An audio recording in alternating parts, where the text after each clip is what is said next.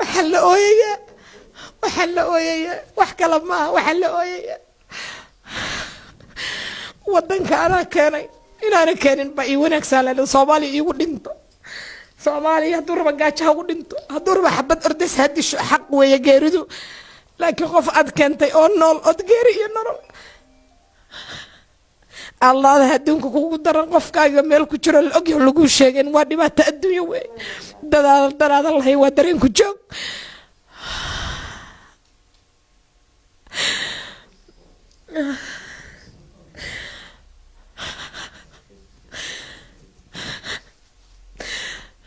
ilaahay waxaan weydiisanay Soomaali inta maqan oo baadida ku maqan in ilaahay baadidooda soo xareeyo inta hooyo macaan يا أبا معان ويل ميزن أكمل قيا إلهي إنه بعد ذا سود ويا إلهي كبري وحن إلهي كبري أنت لقى هايست حبسية ذا كشت أنت لقى هايست حبسية ذا إلهي إنه كسود دايو هو يوينك المهود مقين لقى هايست إلهي إنه كسوفر دامي ماشي لقى هايستو بالله عليكم وحق رنكرة قفك بالآذن درم له أيا قرنكرة أنا كريمو مطلين هو استيد لقى مسوق قادم ولا الكيرانا لكن أباهي مركو دنتي صدن هبينو ويلكا يجري صدن هبينو جري بالمقارب بالأنبو جري استغفر الله بالبو جري هو يدينا وحي كل ما تلا بصنا اسقو جري انت سنكورينا أعوذ بالله من الشيطان الرجيم بسم الله الرحمن الرحيم هل كان وحن مقعي هو حرية الشيخ عبد الرحمن وحن بافينايا وإيغا مقان ويل walaalkay ah da'diisuna ay tahay 34 wadanka ana keenay asagoo 18 sano jira wadanka keenay hadda da'diisu waa 34 jir miisano iga yahay oo iga maqan yahay dadweynaha Soomaaliyeed ee sharafta leh waxaan ka codsanayaa ninkaas qofkii arka markii iigu dambeysay waxa la iigu sheegay Chicago gudaheeda inuu ku nool yahay ayay ii sheegeen booliska Chicago ay dhaheen laba bari ka hor ayaa noogu dambeysay markii aan dhahay waxaan u baahanahay bal inaad wax ii sheegtaan dhibka ma asaga boolis idin yimid oo ama dhib geystay ama dhib loo geystay waxay dhaheen informationkiisa ma ku siin karno ninka da'diisu waa 34 jir daraaddeed waxba ma ka kuma bixin karno anigi marka qof maqan oo geerina aanan ku ogeyn nololna aanan ku hayn warwarkiisa waan ka seexan waayay maadaama aniga wadanka aan keenay oo yaraanka aabahayna dhintay agoon iyo ranjo aan ku soo korshay aabii sadana baa asagoo jiro dhintay hooyadiina 2 sano saadaradeed waan murugooday markaan waayay bishii Agost ayaa ninka la waayay Agoostadii hore oo tagtay 20gii ilaa Agost 21 waa 1 year ilaa 3 bilood extra oo dheeraad ah ninkaas wuxuu ahaa markiisa hore nin wanaagsan oo shaqaysta oo sharaf badan inkastoo iskuulka drive grade galaaska 12aad uu ka drive grade markuu saa wadanka u yimid isagoon 7 bar joogin bir warshadahan aadaya nin maaragta hard worker ah shaqaysta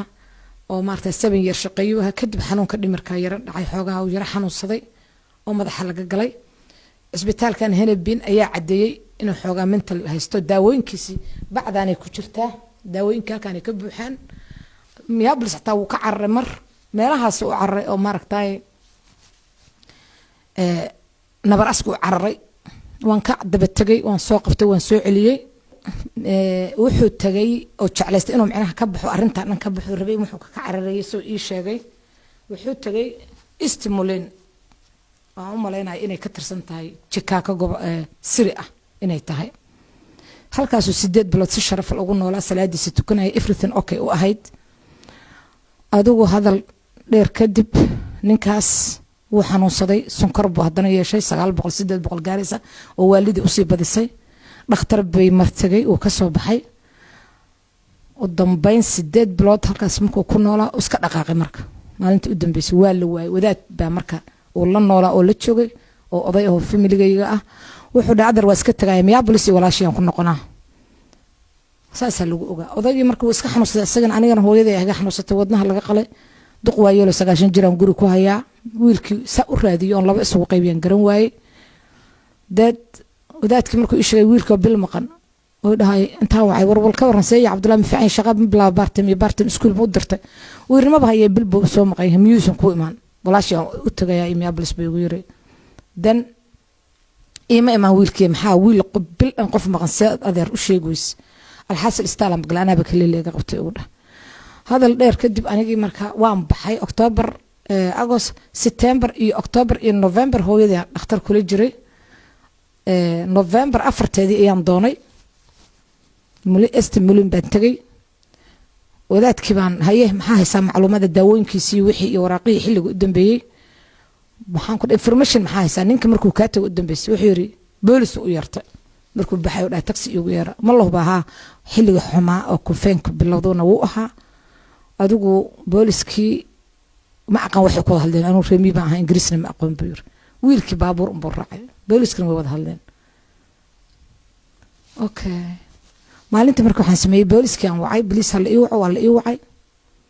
boolisku wuxuu ii sheegay wiilkaas inay mar dhakhtar geeyeen asagoo xanuunsan oo iska socda suuqa dhakhtarkina uu ka soo baxo adeer la yiri dhakhtarkan waan ka soo saarayna guriga ma keenaha ku soo xusha waa isla bisha ku horeysa la yiri hadda iyo dan buu dhahay ninka seerka ahaa oo markaa jooga shaqada ku jiray wiilkaas haddaan ii kaadi wax yar ugu dhaw waan sugay wuxuu galay kombiyuutarradii wuxuu wiilkaas miisan ma aha jeelka nagana kuma jiro hospitality ma dhakhtar ma jiifo wiilkaas inuu nool yahay umalena bal aan weydiiyo gobolka weyn oo Chicago ninkaas inay hayaan maadaama warbixintii adeer hadda ninkan odaga oo la noolaa oo ankalkiisa uu leeyahay habeenkii u dambeysay baxay asaga baxay xataa boolis uu waan odaga ma sheegi karo iyo maaragtay beejka iyo wax dacwad dib ma jirin hadda waxba ma sheegi karo laakiin halkaas waxa ka cad oo xataa nin dariska oo Suudaani ah ii sheegay saaxiibkay ahaa oo isla shaqayn jirnay nin fiican oo ahaa habeenkii markuu baxay xaadir ahaa bas intaas wadnaysa markay ii sheegeen okay Chicago ii weydii please Chicago dii weydii wuxuu dhan 10 days before أنا وجود بيس نكاس ونولي جكاك إنسيد كوجرا بس وحين قلت لي بوليس قلت لي إن عن دونه ما أنت سأندونا هو نوفمبر 4 بيهيد ما كان فوت قدام بيو ترى ما أنت بيهيد سيدي بنجارك وقاتوان بحي هالكيبان تجي أدو جكاك دي بقيت ما بجكاك تو أوري مش وجي تمولين استمولين وايه وان تجي دن مركان تجي dadkii booliska la kulmay sidii oo kale information inay waxba isiyaan weydiin waxay dhahan waliba 10 days bay ku dhaheen qoladii booliska Minneapolis estimulen bay soo dhaheen anigana waxay ku dhaheen 2 days agoon ugu dambeys okay ninkii wuu nool yahay marka wuu nool yahay maxay u raadinaysaa muu soo raadsada walaalkii wuu waalan yahay waxaanu daawuhu qaataa haddana qashinkii buu ku sii daray waxba ma oga bilis i caawiya ما كو عاون كرنا لنا مع سلامة أدلتي وايه تينيجر ما سوري سيدي بان كسو بحي حتى صعد كأن صعد أيها كسو بحي أكسدنا انقلي وقاري أيها بربري على كل حال سيدي بان يدي كو حماتي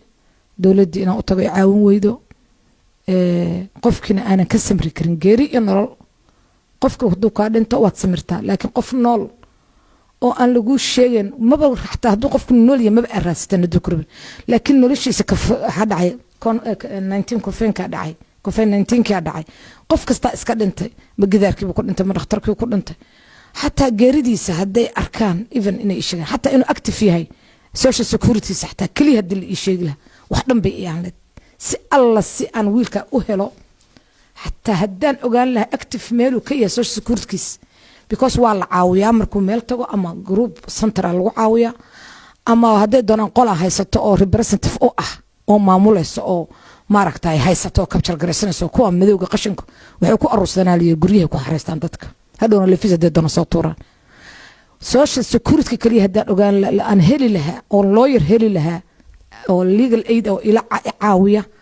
oo qofkaas meesha socialkiisu ka shaqeynay sagaalka lambar meel buu ka shaqeynayaa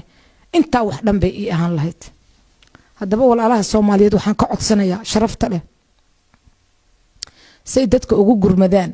oo u caawiyaan oo meel walba u taagan yihiin waan ogahay waan arkaa anigana wax ka caawiyo inta jiran marka la soo baafiyo halkaas aan lambarka ka arko waligii Soomaaliyu ka yahay ma oran please and please and please Soomaali waxaan ka codsanayaa inay garab istaagaan inay wiilka ila baafiyaan dadkii warshadaha nabar aska ka shaqayn jiray ayaa yaqaan cabdullaahi shoodhe ayuu ku magacaabna nin yara gaaban buu ahaa laakiin tilmaan markaan ka bixiyay midabkiisa midab cas buu ahaa nin social ah oo dadku la shaqaystay dadku la noolaaba saaxiib la ah oo dadku jecel yihiin buu ahaa nin shaqaysto macnaha wanaagsan buu ahaa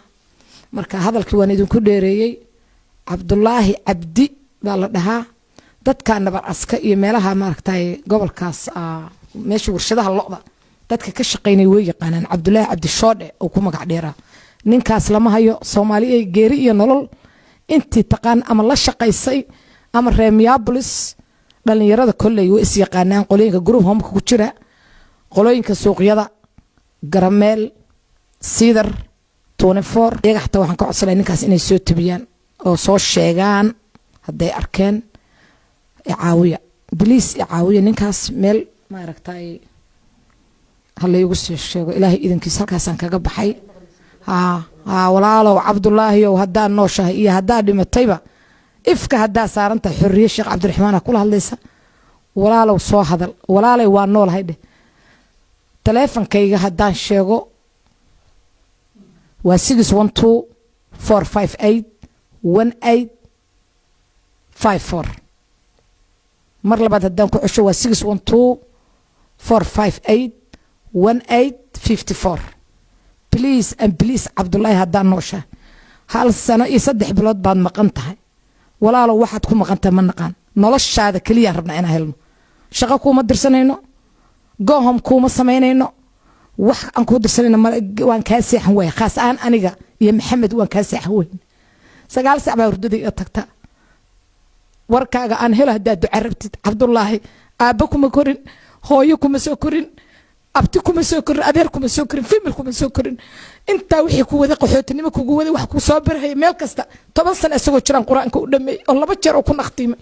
inta arinsamay Nairobi iyo dariiqada la soo taagna please wiil mali gabar mali da'daasaan jira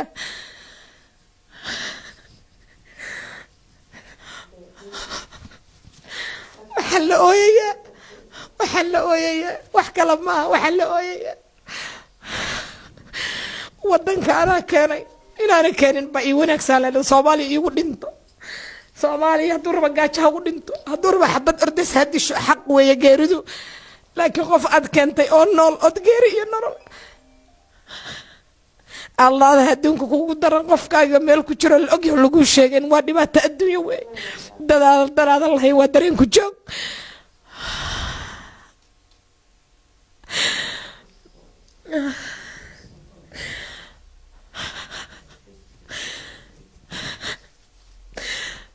ilaahay waxaan weydiisanay Soomaali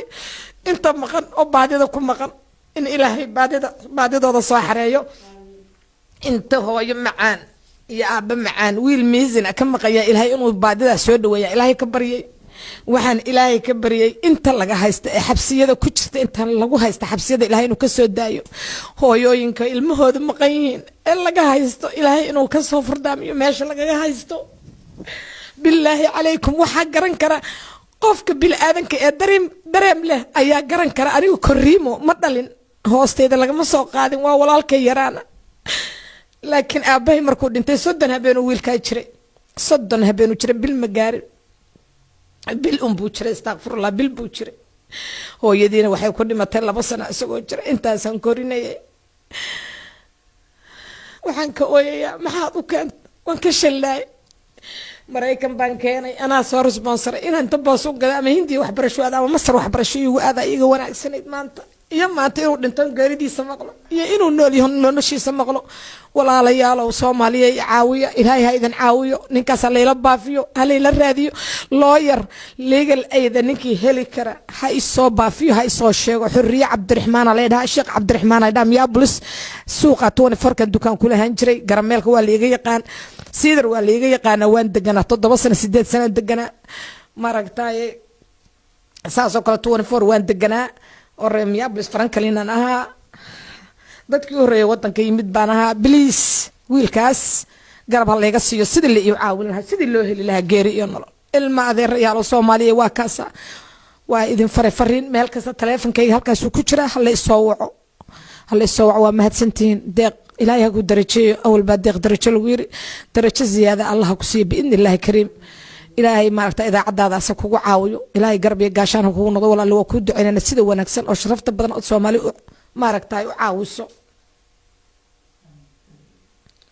waan badiyaa hadalka raali iga ahaada assalaamu calaykum waraxmatullaahi wabarakaatuh tacaala